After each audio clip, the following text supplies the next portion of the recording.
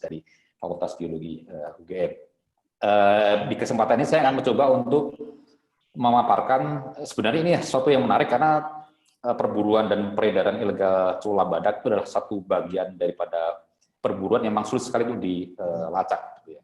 Karena jadi sebenarnya tidak hanya cuma badak saja yang pemalu, susah untuk dilacak, tapi juga ternyata kejahatannya juga susah untuk dilacak. Oke. Mohon untuk ditampilkan slide-nya supaya kita bisa melihat secara lebih gamblang lagi. Dan juga terima kasih juga atas presentasinya Mas Budi, teman lama saya di konservasi, Ibu Indra juga, dan Pak Wahyudi yang telah secara luar biasa memaparkan presentasi ini.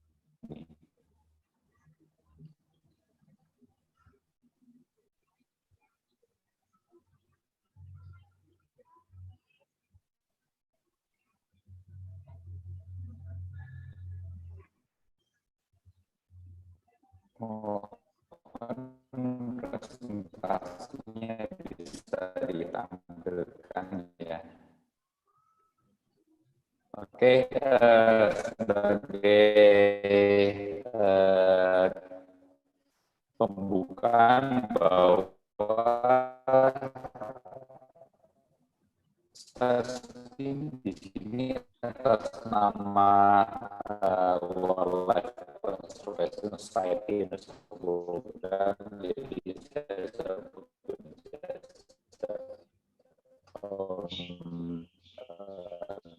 saya itu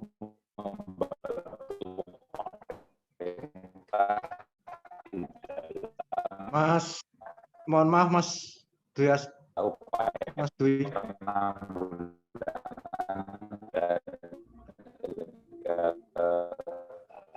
Di Indonesia.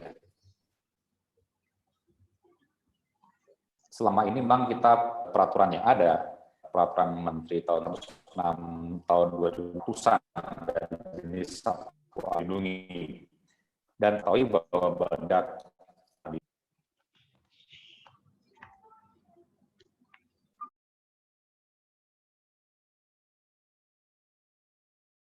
untuk sharingnya. Ya, terima kasih. Mohon maaf tadi ada gangguan sinyal habis hujan deras di Bogor. Baik, terima kasih sudah ditampilkan slide-nya. Jadi ada beberapa slide yang akan terkait dengan perburuan dan peredaran ilegal satwa liar yang ada di Indonesia. Jadi coba dibalik ke slide yang awal. Jadi memang di Indonesia dan juga di dunia itu ada berbagai macam motif perburuan dan juga pemanfaatan satwa liar. Jadi ada yang untuk kesenangan, ada misalnya tropi hunting, dan pemeliharaan satwa yang sering kita lihat di Jawa ya, burung dipelihara dan sebagainya. Kemudian juga ada yang untuk kepentingan subsisten ya, jadi untuk bertahan hidup, itu biasanya kita temukan di masyarakat suku-suku pedalaman. Kemudian kebutuhan protein atau busmit, pemanfaatan satwa liar untuk kebutuhan protein, seperti kita temukan di Minahasa Utara. Ada untuk alternatif pendapatan, jadi pendapatan selain daripada sehari-harinya. Juga komoditas yang menguntungkan, jadi satwa dianggap sebagai komoditas yang menguntungkan. Itulah kenapa ada perdagangan baik nasional ataupun internasional. Kemudian juga untuk sarana pengobatan, apakah itu tradisional ataupun juga modern. Oke, selanjutnya. Kemudian juga kita sadari bahwa terutama di Sumatera ya, ada perburuan ataupun peredaran ilegal satwa liar itu juga didasari atas adanya anggapan sebagai satwa liar sebagai hama, dan itu juga seringkali dianggap sebagai modus. Misalkan harimau ataupun gajah ya dianggap hama bagi masyarakat, makan ternak atau makan melewati perkebunan, kemudian diracun, dijerat, dan kemudian pada akhirnya bagian-bagian yang berharga akan dijual. Kemudian juga dampak konflik satwa dan manusia juga menjadi modus perburuan. Dan juga ada fenomena di mana memelihara satwa ataupun menyimpan bagian satwa itu menjadi sesuatu yang menaikkan gengsi atau status. Misalkan offsetan harimau sering kita temukan di orang-orang yang kaya ya, pejabat-pejabat begitu yang menyimpan taksidermi harimau dan juga satwa yang lainnya. Kemudian kita temukan juga fenomena bahwa satwa liar pemanfaatan juga untuk kepentingan budaya, adat atau kepercayaan. Serta ini yang beberapa tahun terakhir juga semakin mengemuka adanya pseudo hunting, jadi laundering ataupun pencucian dari stockpiles, jadi cula-cula ataupun gading dari hasil perburuan resmi itu kemudian di launder, di laundering, dibuang ke pasar untuk dijual seperti itu. Kemudian selanjutnya, nah ini gambaran singkat saja bahwa ternyata perburuan, peredaran dan perdagangan ilegal di dunia itu memang luar biasa ya, ada 7 sampai 23 billion US dollar per tahun dari United Nations Environment Development Program di tahun 2016. Kemudian kalau kita berkaca pada perburuan African rhino sendiri, di mana memang pencatatan terhadap perburuan memang lebih bagus di sana, ternyata sudah ada 9.000 lebih badak yang mati terbunuh dalam dekade terakhir ya. Itu data dari Save the Rhino. Nah, kalau kita berkaca pada rhino yang ada di Indonesia, ya, di mana itu ada Sumatera dan juga Jawa, ternyata memang dari sisi populasi memang tidak terlalu banyak. Tadi sudah disebutkan oleh Bu Indra, Pak Wardoyo, dan juga Mas Rudi. Tidak sampai lebih dari 100 sekarang ini. Itu yang suatu yang ironi, bahkan tadi Mas Rudi bilang bahwa tahun 2005 itu masih ada sekitar 50-an lah ya. Sekarang sudah tidak sampai 100 untuk yang badak Sumatera. Nah, di mana hilang itu karena apa? Itu yang menarik untuk bisa kita lihat di sini. Terus,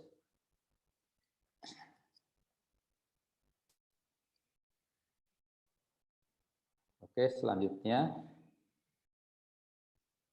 Nah, ini gambaran besar daripada pemanfaatan cula badak yang ada di dunia. Jadi selama ini ya kita ketahui bahwa user terbesar dari cula badak adalah Cina dan Vietnam. Nah, ternyata memang opini yang mengemuka di sana bahwa cula badak masih dianggap sebagai produk dari satwa liar yang bisa meningkatkan kesehatan manusia. Jadi meningkatkan daya tahan tubuh, kemudian juga bisa menyembuhkan penyakit. Dan meskipun juga ada anggapan yang sekarang juga semakin mengemuka bahwa adanya pemanfaatan cula badak juga menyebabkan adanya perburuan yang tidak terkendali, ilegal, dan juga terkait dengan organized crime. Nah, ini yang dua pandangan yang sekarang masih terus kompetitif ya di dunia sana. Namun anggapan bahwa cula badak mempunyai nilai kesehatan itu masih menjadi top argumen buat para user di sana di Vietnam dan Cina. Nah, ini adalah yang di slide ini adalah gambaran. Saya ambil contoh dari summary kasus ataupun penangkapan terhadap para pelaku tindak pidana kejahatan satwa liar, jadi para pemburu, para pedagang yang ditangkap sejak tahun 2003. Jadi memang di Indonesia itu upaya penegakan hukum sudah bagus sekali ya dibandingkan dengan Asia Tenggara. Dalam 3 tahun terakhir, bahkan dalam setiap tahun itu ada lebih dari 200 operasi penangkapan yang melibatkan lebih dari 250 para pelaku ya. Itu dilakukan oleh berbagai macam aparat penegak hukum. Karena selain daripada kepolisian, itu Kementerian Lingkungan Hidup dan Kehutanan, Bea Cukai, kemudian karantina, dan Kementerian Kelautan dan Perikanan, mereka punya otoriti untuk bisa melakukan penegakan hukum.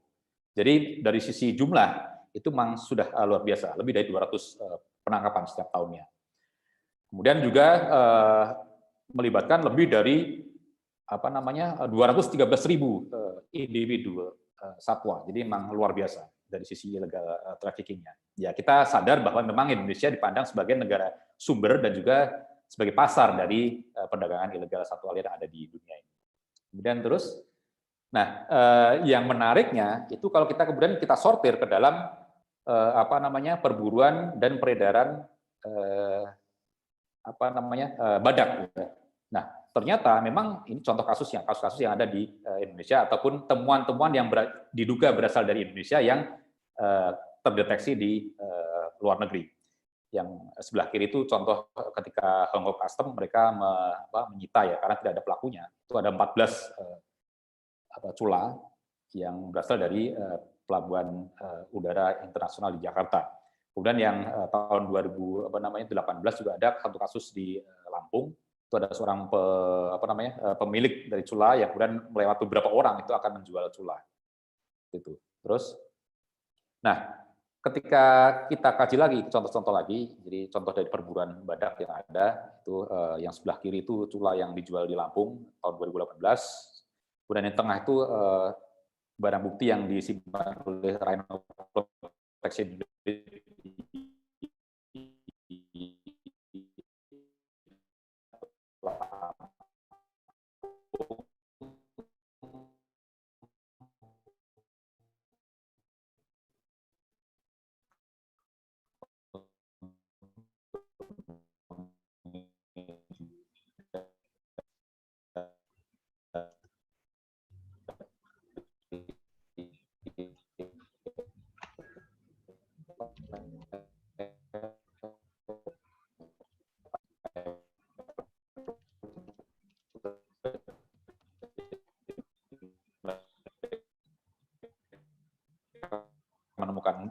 barangkali sudah terjadi.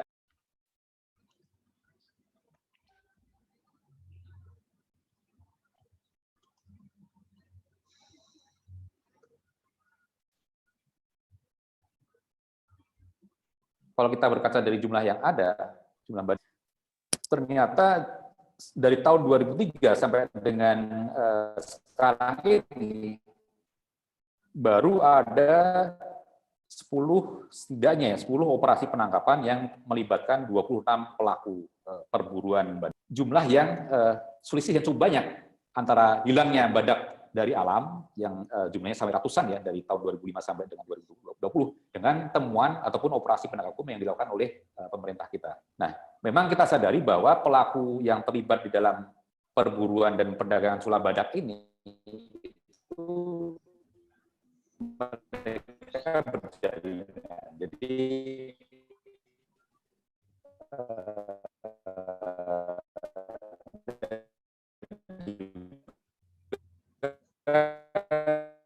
tidak hanya memperjualbelikan satwa liar dilindungi lainnya, misalnya. Kemampuan deteksi untuk bisa mengidentifikasi, mendeteksi perburuan dan peredaran ilegal sula badak itu perlu ditingkatkan karena dari jumlah operasi penangkapan, pendeteksian pelaku dengan penurunan jumlah badak itu memang ada gap yang cukup besar.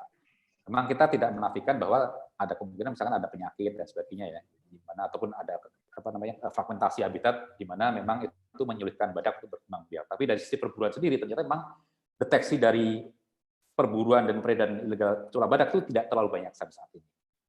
Oke, terus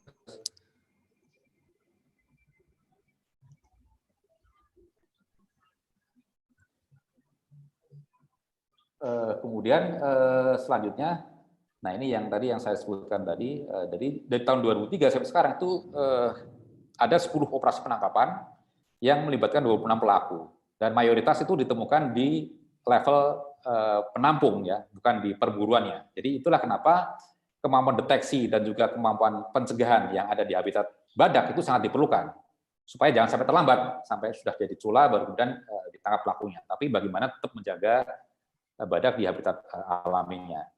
Nah, menarik tadi apa yang dikatakan oleh Mas Rudi bahwa effort patroli menghasilkan penurunan jerat. Tapi juga perlu dipikirkan penurunan jerat itu apakah karena disengaja juga oleh para pemasang jerat karena memang sudah tidak ada lagi badak gitu kan. Jadi itu yang menjadi perhatian juga. Jadi karena pemburu juga paham mereka mana tempat-tempat yang harus dipasang, mana tempat-tempat yang tidak perlu dipasang jerat. Jadi ini juga menjadi riset yang menarik. Apakah penurunan jerat itu karena memang ada upaya pencegahan yang memang efektif atau memang pemburu memang sudah tidak ada yang lagi yang mau kita pasang jerat ya tidak usah kita pasang di sana. Itu yang jadi diskusi yang menarik juga. Kemudian seterusnya kita lebih mendalam lagi tentang kategori pelaku di Indonesia itu adalah menarik karena ada 2 kelompok terorganisir yang mengendalikan perburuan dengan organized criminal group. Jadi kelompok-kelompok yang dibangun untuk bisa saling bekerja sama. Misalkan kelompok-kelompok pemburu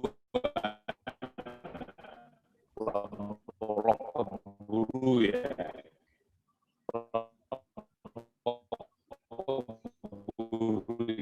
Ini mereka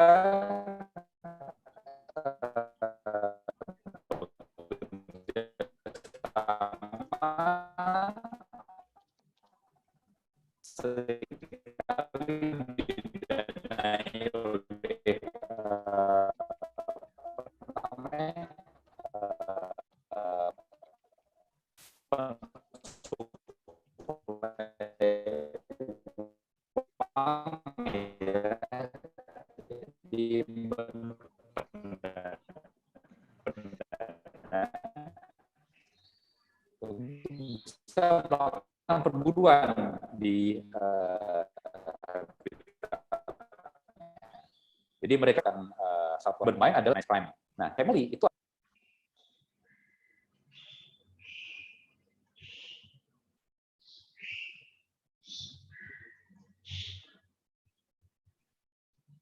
kemudian juga ketika sudah level penampung dan juga eksportir, maka mereka akan terkait dengan pasar yang ada di luar negeri, yaitu di Vietnam dan Cina. Itulah kenapa para penampung di tingkat nasional dan juga eksportir itu mereka etnisnya sama dengan yang ada di negara tujuan. Nah, ini adalah sebagai bukti bahwa memang ada dua kelompok organized criminal group dan organized crime yang bermain di perburuan dan peredaran sulap badak di Indonesia.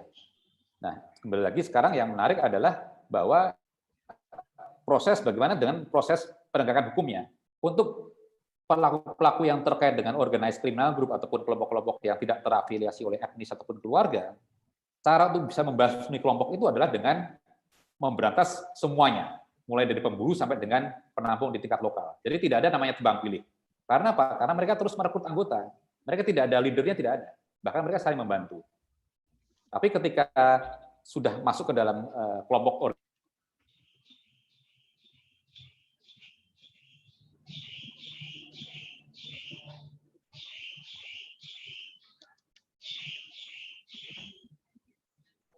sudah masuk dalam kelompok organized crime, maka yang harus dibasmi adalah leadernya, ketuanya. Karena di dalam kelompok kejahatan yang terafiliasi oleh etnis ataupun keluarga, itu pasti ada ketuanya, pemimpinnya, baik itu pamannya, ayahnya, ataupun kakeknya. Ketika penegakan hukum difokuskan pada ketuanya, maka bisa membubarkan jaringan yang ada di dalam keluarga ataupun etnis. Nah, itu yang terjadi. Jadi